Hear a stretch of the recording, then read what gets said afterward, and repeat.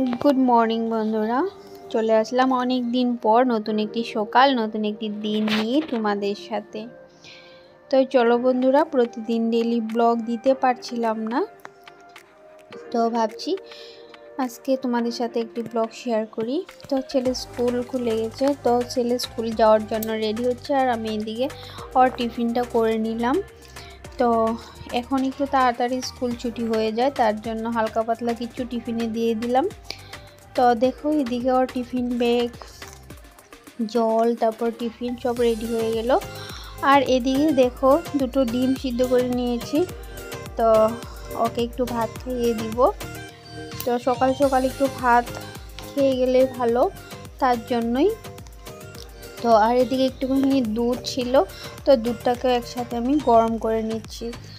তো দুধটা গরম করে রেখে ওকে আমি ডিম সিদ্ধ দিয়ে একটু ভাত খাইয়ে দিব। তো এই যে ছেলের জন্য সকাল সকাল মানে একটু ডিম সিদ্ধ ভাত করে দিচ্ছি। তো ভাতটা খাইয়ে ওকে স্কুল পাঠিয়ে দিলাম। আর এদিকে দেখো চা করে নিলাম। তো অনেক সকাল সকাল ও স্কুল চলে যায়, তো ভাবছি কি করব, একা মানে কেউ উঠেই নেই এখনও। তো আমি একটু চা খেয়ে নিই, তার জন্যই তো চা একটু করে নিচ্ছি। আর সকাল সকাল উঠে কিছু ওষুধ খাবার সেগুলো থাকে এই সময়, তো খালি পেটে ওষুধগুলো খেয়ে নিলাম। খেয়ে তারপর একটু চা খেয়ে নিচ্ছি। তারপর তো আরও ওষুধ সারাদিন থাকেই, দুপুরবেলা ভাত খাওয়ার পর, তারপর রাত্রে ভাত খাওয়ার পর, মানে সত্যি একদম বিরক্ত এই ওষুধ খাওয়ার। তো খেতেই হবে, তাছাড়া আর কি করব। তো দেখো এখানে চা নিয়ে নিলাম। তো চাটা খেয়ে তারপর দেখো হাজবেন্ড বাজার থেকে আবার মাছ নিয়ে আসলো। তো এখানে কিছু মাছ আর এখানে কিছু আছে ছোট মাছ। তো এদিকে আমি রান্নার জন্য সবজিগুলো একটু কেটে বেছে রাখছি। তো এদিকে দেখো কিছু বেতো শাক আর এদিকে বেগুন আর আলু দিয়ে করব, কেটে রাখলাম।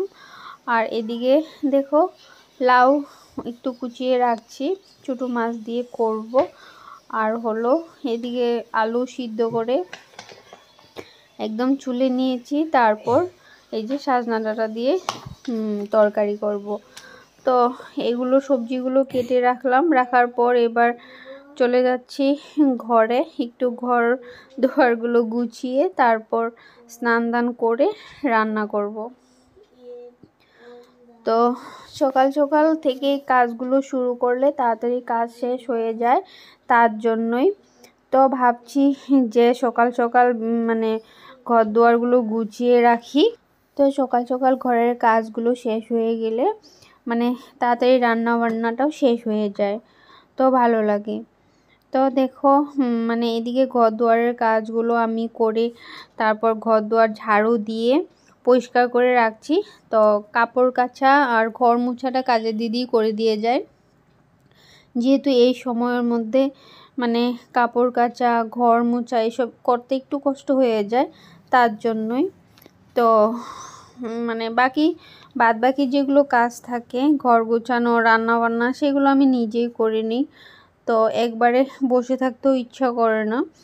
তো যেহেতু আমার মানে 7 মান্থ চলছে, তো একটু কষ্ট হয়, তবুও ম্যানেজ করে নিই।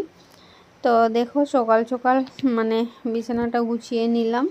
তো সব থেকে দেখবে সকাল সকাল মানে কাজের মধ্যে ঘর দুয়ার গুছিয়ে বিছানাপত্র একদম পরিষ্কার পরিচ্ছন্ন থাকলে পরে মনটা খুবই ভালো লাগে।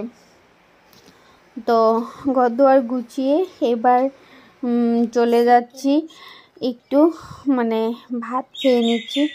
তো যেহেতু একটু বেলা হয়ে গেলে পরে ভাতটা খেতে হয়, মানে একটু করে হলেও ডাল আর ডিম সিদ্ধ দিয়ে একটু ভাত খেয়ে নিচ্ছি, তারপর করে নিব রান্নাবান্না। তো দেখো আমাদের মানে এত তাড়াহুড়া ছিল, রান্নাবান্নার পর দুপুরে খাওয়া দাওয়া হয়ে গেছে। তো এই দেখো এখানে শাক, তারপর এই যে ছোটো মাছ দিয়ে লাউ দিয়ে করেছিলাম।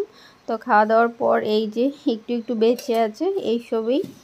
তারপর সজনে ডাঁটা আর আলু রেখেছিলাম। তারপর মাছ নিয়ে আসলো, তো এটার মধ্যে মাছগুলো দিয়ে দিলাম। তো সত্যি খুব দারুণ খেতে হয়েছিল। তো যাই হোক, আমাদের দুপুরবেলার খাওয়া দাওয়া কিন্তু হয়ে গেছে। তো দেখো, এদিকে ছেলেও স্কুল থেকে চলে আসলো। আসার পর মানে এরকম একটা কাণ্ড ঘটিয়েছে। আর এদিকে দেখো, চাউল বাড়ন্ত হয়ে গেছিলো, তো 1 বস্তা চাউল নিয়ে আসলো। আর এদিকে তোমাদেরকে দেখাচ্ছি ছেলের কি অবস্থা। তো স্কুলে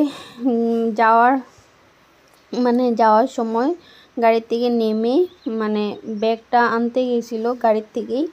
তো সেই ব্যাগ নামানোর সময় মানে দরজা আরেকজনে খুলে দেয়, দরজার ধাক্কা লেগে দেখো কপালে কতটা কেটে গেছে আর ফুলেও গেছে।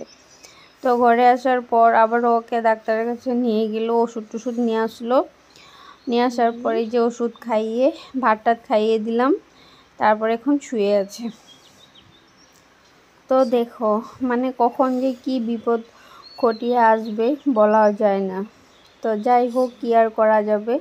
তো খাওয়া দাওয়া করে ওকে একটু ওষুধ টষুধ দিয়ে তারপরে যে দেখো এখানে শুয়ে আছি। আর আমার শরীরের অবস্থা মানে দেখতেই পাচ্ছ, খুবই খারাপ। তো ভাত টাত খাওয়া দাওয়ার পর যে একটু কাজকর্ম করব মানে সেটা আর বলার মতন নেই। তো একটু কাজ করলে হাঁপিয়ে যাই। তো যাই হোক, এই সময় আর বেশি কাজকর্ম করাটাও ঠিক নয়। তো মানে কি আর বলবো, তোমাদের সাথে ব্লগ শেয়ার করতেও পারছি না, মানে ডেইলি ব্লগ।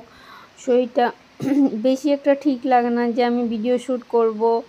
মানে ঘরে তেমন একটা কাজকর্ম ডেইলি এই এক রান্না বান্নায়, আর কিছু তো আর করছি না, কোনো জায়গায় যাচ্ছিও না। তাই সব দিন একই স্টাইলের ভিডিও আর হয়তো দিতেও ভালো লাগে না। তো দেখো একটু শুয়ে আছি, শুয়ে থাকার পর আবারও একটু ও ঘুমাবে, ঘুমানোর পর ওকে টিউশন পড়াতে আসবে। তো এই যে ওর ম্যাম চলে আসছে, আসার পরও বিকালবেলা টিউশন পড়ে নিচ্ছে। তো আমিও আর কি করব, টুকটাক কিছু কাজকর্ম ছিল সেগুলো করছিলাম। তো দেখো এই যে এই সামনের রুমটা এখনও এইভাবেই ফাঁকাই রেখেছি, সোফা টোফা এখনও আনিনি। তো এইসব একটু পরে চিন্তা ভাবনা করব। তো দেখো একটু একটু সন্ধ্যা সন্ধ্যা হয়েই যাচ্ছে। আর বাইরের সত্যি দৃশ্যটা এতটাই সুন্দর ছিল। তো সন্ধ্যার এই আগ মুহূর্তটায় আমি একটু বারান্দায় দাঁড়াই বা হাঁটাহাঁটি করি, তো খুবই ভালো লাগে। আর এত সুন্দর একটি দৃশ্য মানে সন্ধ্যার সময় আর ভোরবেলায় খুব সুন্দর মানে দেখতে লাগে। তো সকালবেলা উঠে আমি বারান্দাতেই হাঁটাহাঁটি করি, রাস্তায় আর বেরোই না একা একা। আর সন্ধ্যাবেলায় বারান্দার মধ্যে একটু হাঁটাহাঁটি করে নিই। তো কি আর করব, একা একা কোথায় বা যাবই। তো ছেলে এদিকে টিউশন পড়ছে। তো কিছু জামা কাপড় ছিল আজকে, মানে ওয়েদারটা একটু মেঘলা মেঘলাই ছিল। তো কিছু এই যে পাতলা হালকা পাতলা যেগুলো ছিল শুকিয়ে গেছে, আর যেগুলো একটু ভারী শুকায়নি, তো ঘরের ভিতরে মেলে রাখলাম। আর দেখো ছেলে এটা অনলাইন থেকে এনেছে, ও খেলবে। তো কোথায় আর খেলছে, এই যে আনার পর একটু সময় খেলা করলো, তারপর শেষ, এই যে রেখে দিয়েছে। তো যাই হোক, মানে বাচ্চারা যেটা বায়না করে সেটা এনেই দিতে হয়, মানে সব কিছুই তো আর দেওয়া হয় না। আর এই যে দেখো ঘরের ভিতরে এখানে কিছু গাছ আমি এখানে লাগিয়ে রাখছিলাম।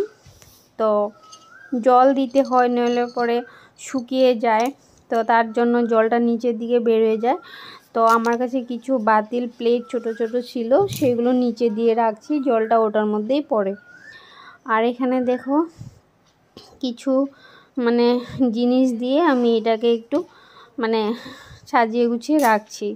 আর এই যে এইদিকেও একটা গাছ রয়েছে, আর কিছু মানে এই যে মাটির হাঁড়িগুলোর মধ্যে কালার করে মানে ফুল দিয়ে রাখছি। তো যাই হোক, এখন আর এত ঘর দুয়ার গুছানো বা মানে পরিশ্রম কামগুলো করতেই পারছি না, কষ্ট হয়ে যায়। তো টুকটাক গুছিয়ে রাখি সেভাবে।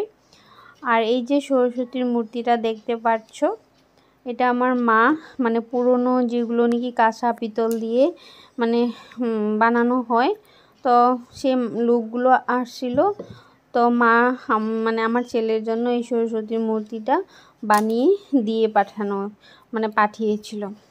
তো বন্ধুরা, আজকের ভিডিওটা এখানেই শেষ করে দিচ্ছি। তো আশা করি তোমরা সবাই ভালো থাকো, সুস্থ থাকো। তো চলে আসছি পরের নেক্সট একটি ভিডিও নিয়ে তোমাদের সাথে। Bye bye.